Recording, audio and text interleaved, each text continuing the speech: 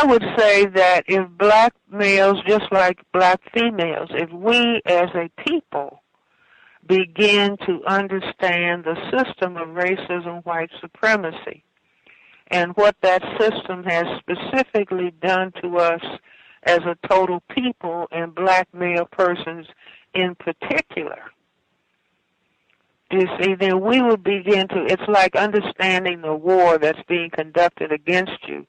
But before you understood it, then because everybody's under stress, you blame each other for the stress.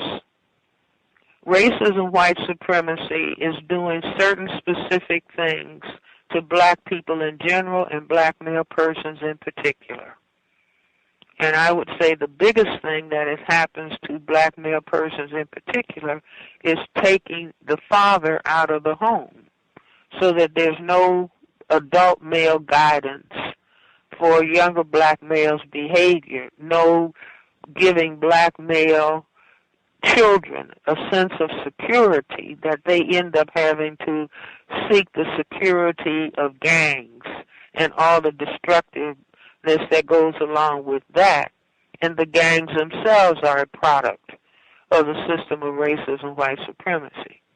And so black people beginning to understand what is happening to us as a total people and begin to talk with each other and understand what has happened, and then deciding on certain ways that they are going to behave in relationship to one another. In other words, a system of racism, white supremacy, teaches black people directly and indirectly, you're trash.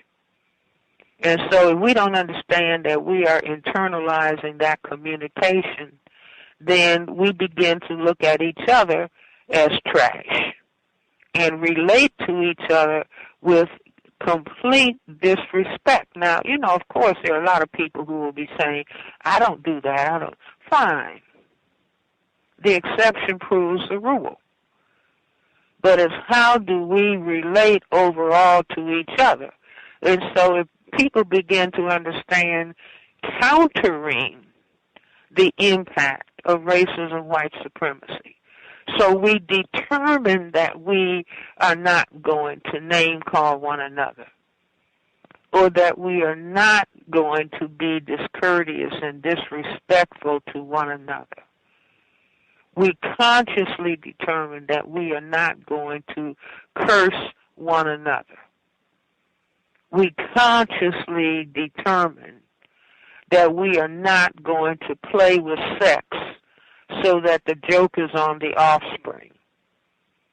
See, sex may be highly enjoyable, but it's not to be demeaned and degraded, so we end up producing throwaway children and creating the worst crime, second to white supremacy, on the planet, meaning the mistreatment of children and not taking care of the children that we produce. So they get thrown away to a foster care system, and they get sexually abused. If they don't get sexually abused at home, they get sexually abused in the foster care and moving from one house to another. Like I talked to one child, told me she'd been in 15 different foster homes.